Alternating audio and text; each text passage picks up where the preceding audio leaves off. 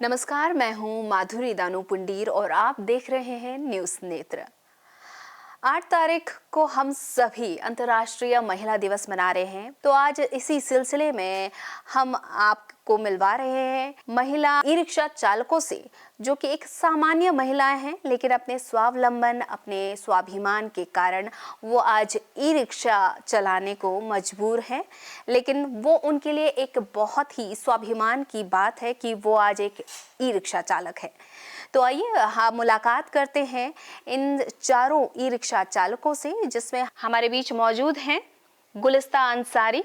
गुलिस्ता अंसारी, सबसे पहले तो आपका बहुत बहुत शुक्रिया कि आप यहाँ पे आए। हमारे साथ मौजूद हैं रानू रावत और बीना छेत्री और शाइना सैफी। आप चारों का हमारे कार्यक्रम में आने के लिए बहुत बहुत शुक्रिया। तो आज इन्हीं चारों महिलाओं के हौसले आप तक पहुंचाने के लिए, इनके जज्बे को आप तक रूबरू करवाने के लिए हमने इन्हें अपने स्टूडियो में बुलाया है और जानते हैं इनके ई रिक्शा चालक बनने की कहानी इन सभी की जुबानी। तो सबसे पहले शुरुआत करते हैं गुलिस्ता अंसारी से, जिसने शुरुआत की ई रिक्शा की, महिला ई रिक्शा की। गुलिस्ता, सबसे पहले तो जानना चाहेंगे कि किस तरह से तुम्हारी ये कहानी शुरू हुई ई रिक्शा चलाने की। जैसे कि मैं दवाई कंपनी में जॉब करती थी जी। तो वहाँ पर मुझे तनख्वाह सही नहीं पड़ती थी, तो मैंने किराए पे चलाने के लिए रिक्शा निकाला। तो मम्मी ने कहा कि रिक्शा जब हमने देखा तो बहुत कमज़ोर है, मम्मी ने कहा तो ये तो सही नहीं रहेगा, हम किराए पे रिक्शा दें। तो फिर जो है तो मैंने खुद चलाना शुरू किया। जी जी, तो काफ़ी मतलब मम्मी से भी हिम्मत मिली है, ऐसी बात नहीं है, क्योंकि हमारी मम्मी को हमने बचपन से ही मज़दूरी करते हुए देखा। सुबह को 5 बजे उठ के ईंटों के ट्रक उतारती थी, उसके बाद वो क्या कहते हैं मज़दूरी पे जाती थी 8:30 बजे। मतलब मम्मी कम से कम 14-15 घंटे जॉब करती थी। तो उनको ही देख के हमें हिम्मत पड़ी, जब मम्मी इतना कुछ कर सकती है तो हम भी मतलब ई रिक्शा क्यों नहीं चला सकते।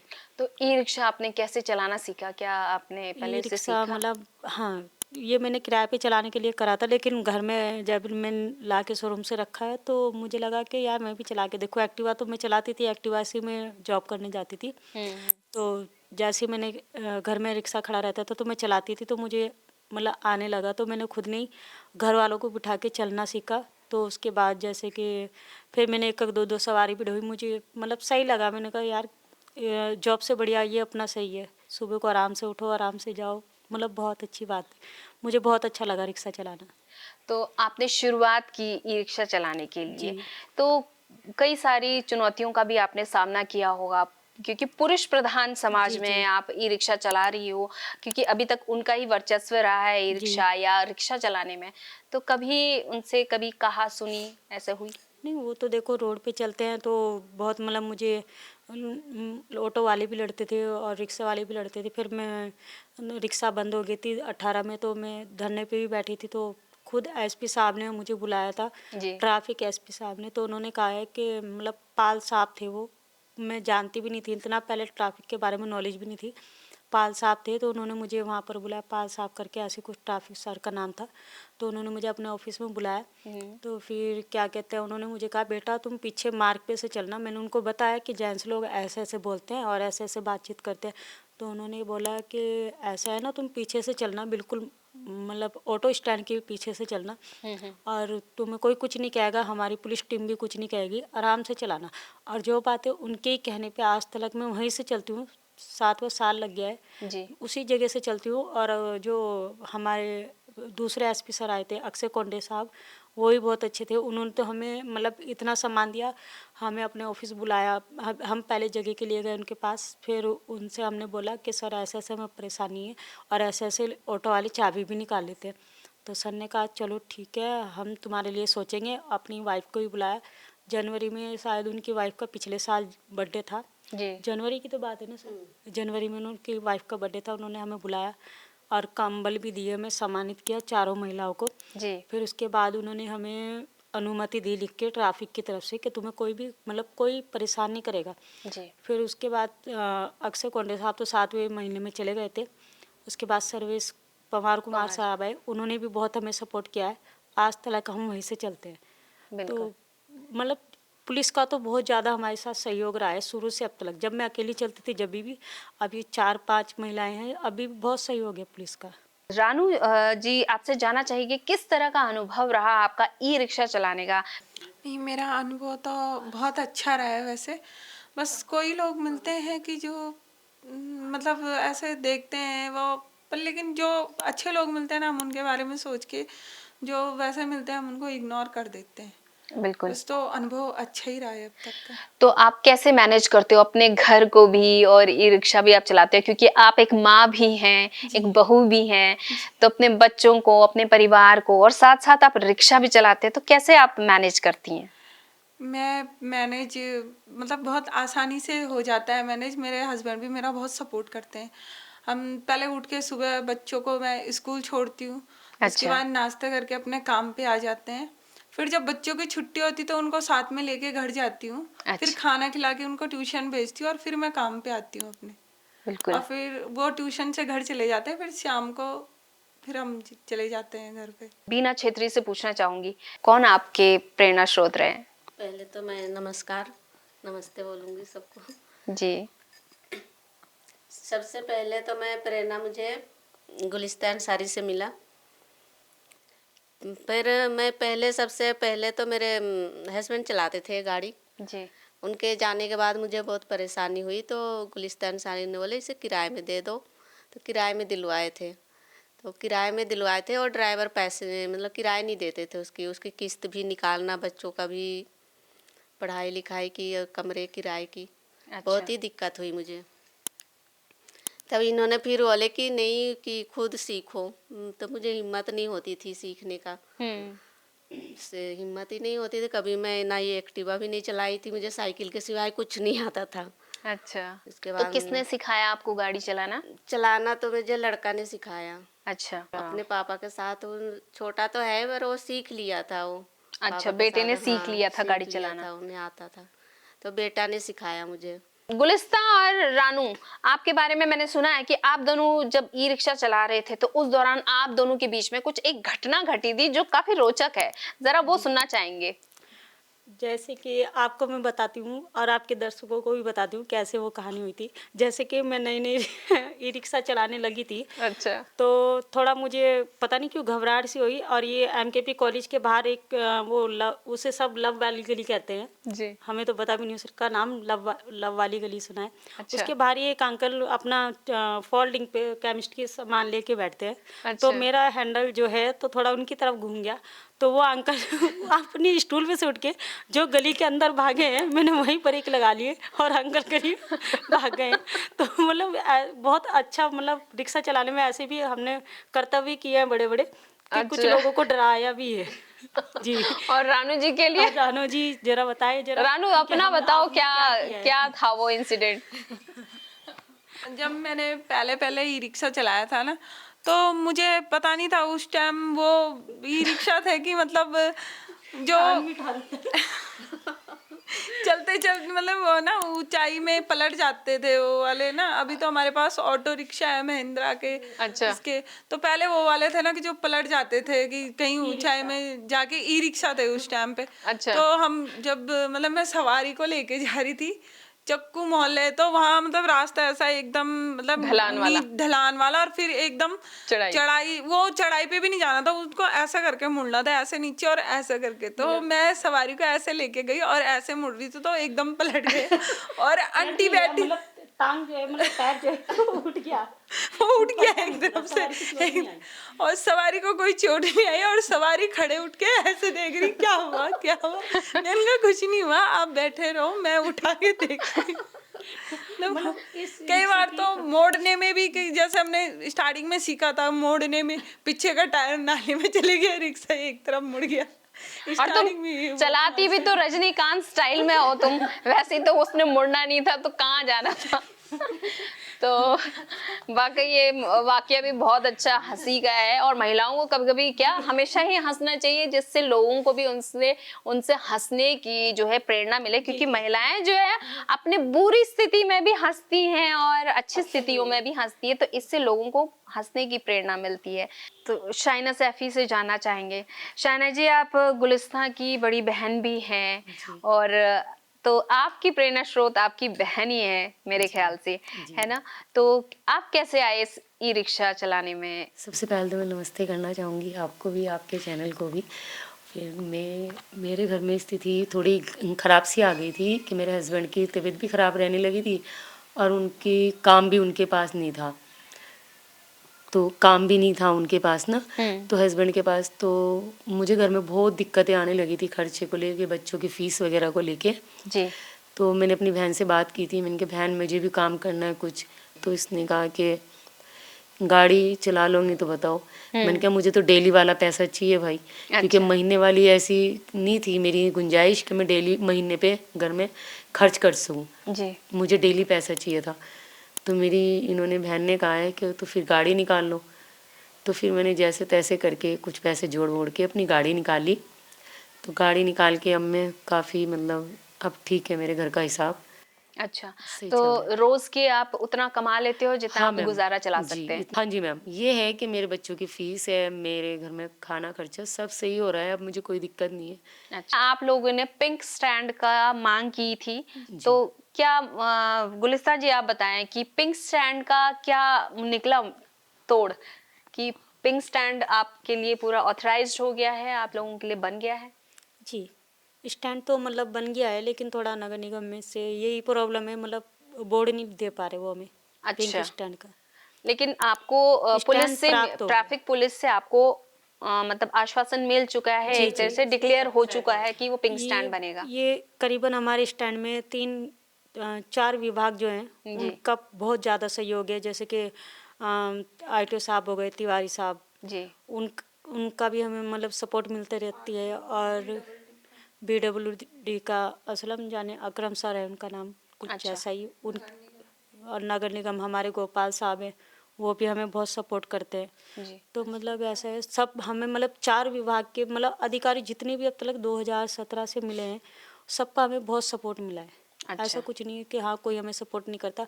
और 2017 से मतलब जैसे कि हम गाड़ी चला रहे हैं, तो उस हिसाब से मतलब आज तक हमारा कोई चालान भी नहीं हुआ।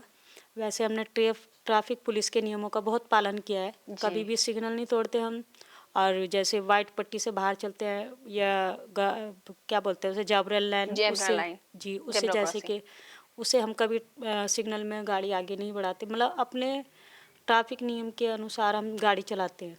ऐसा कुछ नहीं हुआ कि हमने कभी मौका दिया हो ट्रैफिक पुलिस को हमारा चालान, तो उन्होंने किया भी नहीं और हमने कभी मौका दिया भी नहीं। तो एक तरह से आपका ये पहला महिला स्टैंड होगा जी जी जो पूरी तरह से ऑथेंटिक है, और कोई भी महिला सवारी हो तो वो आसानी से आपके पास आकर जी जी आराम से अपनी सवारी कर सकती है, सुरक्षित सवारी जी। कर अब सकती जैसे है। कि 7 महीने से पीछे ऑटो लग रहे हैं, हमारी गाड़ी के पीछे नो पार्किंग में ऑटो खड़े होते हैं। जी। तो सवारी मतलब हमारी एमडी कितना सपोर्ट करती है हमें, हमारे पास आती है, कहती है दीदी चलो बैठती हंसती हंसी मजाक करती है। यहाँ तक लग के जबकि सवारी भरने में हमारी गाड़ी में कम से कम भी आधा पौन घंटा लगता है, लेकिन हमारी सवारी हमें बहुत सपोर्ट करती है एमडी की, जी। शुरू से अब तक बिल्कुल। बहुत हमारा सहयोग करती है और बहुत हमें सम्मान देती है, हाँ, तो भैया एक लोग भी महिला और ही बहन महिला को सम्मानित जी। करते हैं, नहीं, उनको पुरुष भी सहयोग। बहुत सम्मान करते हैं अच्छा, एमडी वहाँ की सवारियाँ। जी जी। यहाँ तो लग के जो बुजुर्ग मतलब बुजुर्ग लोग हैं, वो तो हमें कभी झांसी की रानी, कभी 8वां अजूबा, कभी कुछ मतलब ऐसे सवाल करते हैं, हमारी बिटिया है झांसी की रानी है, ऐसे बोलते हैं। बहुत अच्छा हाँ, लगता है, अपना आप में बहुत हिम्मत बढ़ती है, और जब वो ऐसे बोलते हैं ना तो बहुत ज़्यादा मतलब तो यानी महिला ही नहीं, पुरुष जितने भी सवारी आपके वहाँ पे जी आते जी, हैं वो भी आप लोगों को बहुत सपोर्ट करते हैं। बहुत ज़्यादा सपोर्ट करते हैं। आज आपके चैनल के माध्यम से मैं उनका, अपनी सवारियों को बहुत बहुत धन्यवाद करूँगी कि हमें इतना सपोर्ट करते हैं वो लोग। बिल्कुल। रानू जी से बात करना चाहूंगी। रानू जी जानना चाहेंगे, सबने अपनी अपनी कहानियां बताई, आपकी कहानी क्या है जो आपने ई रिक्शा चलाना शुरू किया? हमने मतलब पहले 2018 में ई रिक्शा खरीदा था मेरे हस्बैंड ने।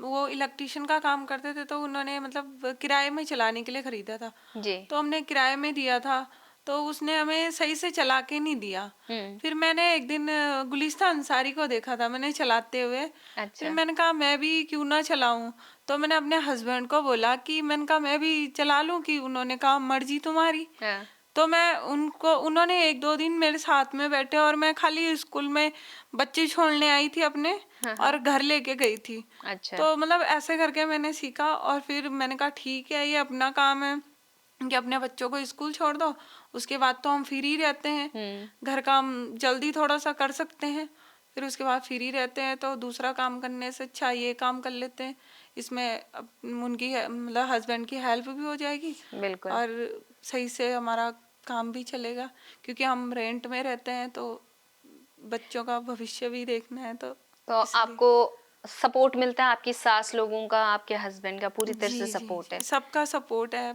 बहुत मतलब सारे सपोर्ट करते हैं, किसी ने भी मेरे को कभी मना नहीं करा है। बीना जी, आप अकेले अपने घर को चलाती हैं जी। अपने हस्बैंड के बाद, तो घर वालों से कितना सपोर्ट मिलता है आपको, और इसके अलावा आप अपने बच्चों के लिए आगे क्या करना चाहती हैं?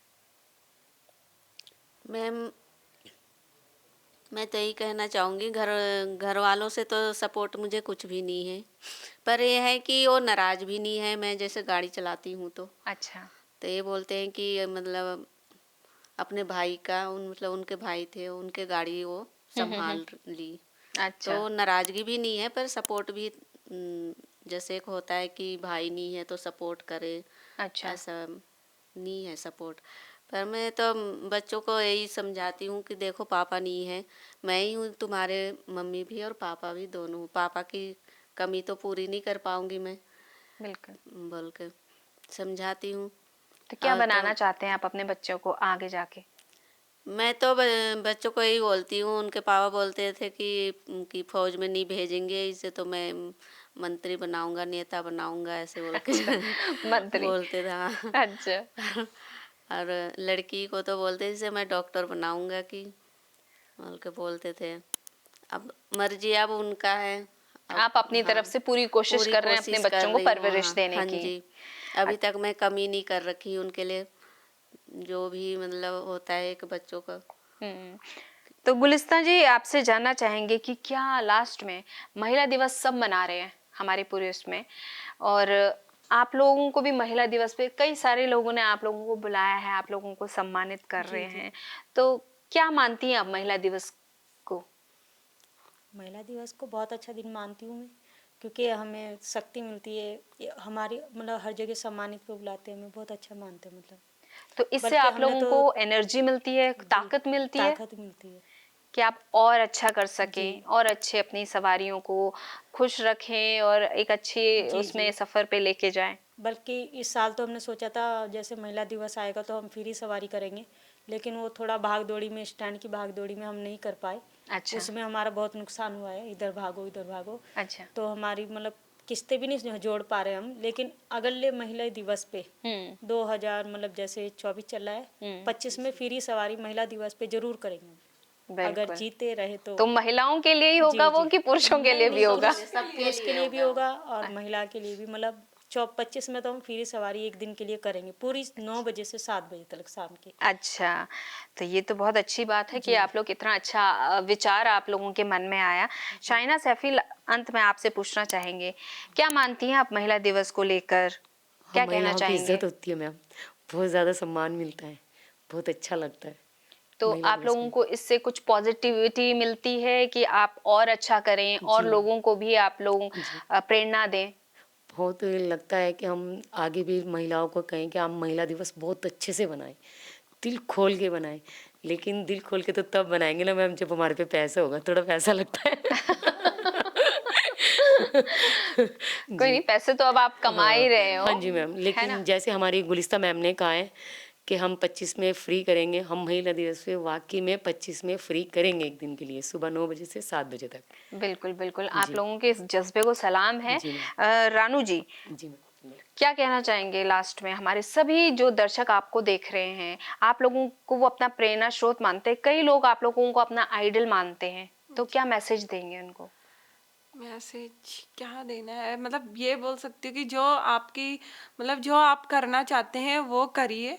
मतलब सब सब चीज मतलब अपना करिए कुछ जिसमें कि आपका नाम भी हो और इज्जत भी, मतलब उस हिसाब से करिए कि मतलब अपना करिए। दूसरे का वो करने से तो अच्छा है कि हम तो यही मानते हैं कि दूसरे का काम करने से अच्छा अपना कुछ करो। अपना खुद का काम जो कभी अगर माना अगर हम कोई जॉब करते हैं, हमें कोई दुख तकलीफ होती है तो हम छुट्टी भी पूछ के लेते हैं। बिल्कुल। ये जो हम कर रहे हैं ये हमारा अपना काम है। हमें कुछ दुख तकलीफ होती है, हमारे बच्चों को कुछ होती है तो हम आसानी से छुट्टी ले सकते हैं। हाँ, उसके लिए कोई आपके ऊपर नहीं किसी बैठा हुआ कोई है। ऊपर नहीं है हमारे बैठा हाँ। हुआ, ये हम अपनी मतलब अपना स्वयं का डिसीजन खुद ले सकते हो जी आप। जी। बिल्कुल। तो आप सभी को महिला दिवस की बहुत बहुत शुभकामनाएं और उम्मीद करती हूँ कि आप लोगों को देखकर और भी लोग प्रेरणा लेंगे और कुछ और, जरूरी नहीं कि वो ई रिक्शा चलाएं, क्योंकि आपने अपनी कमजोरी को कमजोर नहीं होने दिया, अपने आप की अपनी हिम्मत तोड़ने नहीं दी और आगे बढ़कर ई रिक्शा को अपना कमाई का साधन बनाया है। तो उम्मीद करती हूँ जितने भी दर्शक आप लोगों को देख रहे हैं वो कुछ ना कुछ प्रेरणा आपसे लेंगे इस महिला दिवस के अवसर पर। आप सब हमारे कार्यक्रम में आए इसके लिए आप सभी का बहुत बहुत धन्यवाद। हम सब सबकी सभी की तरफ तरफ से से आपको महिला महिला दिवस दिवस की की हार्दिक शुभकामनाएं। धन्यवाद।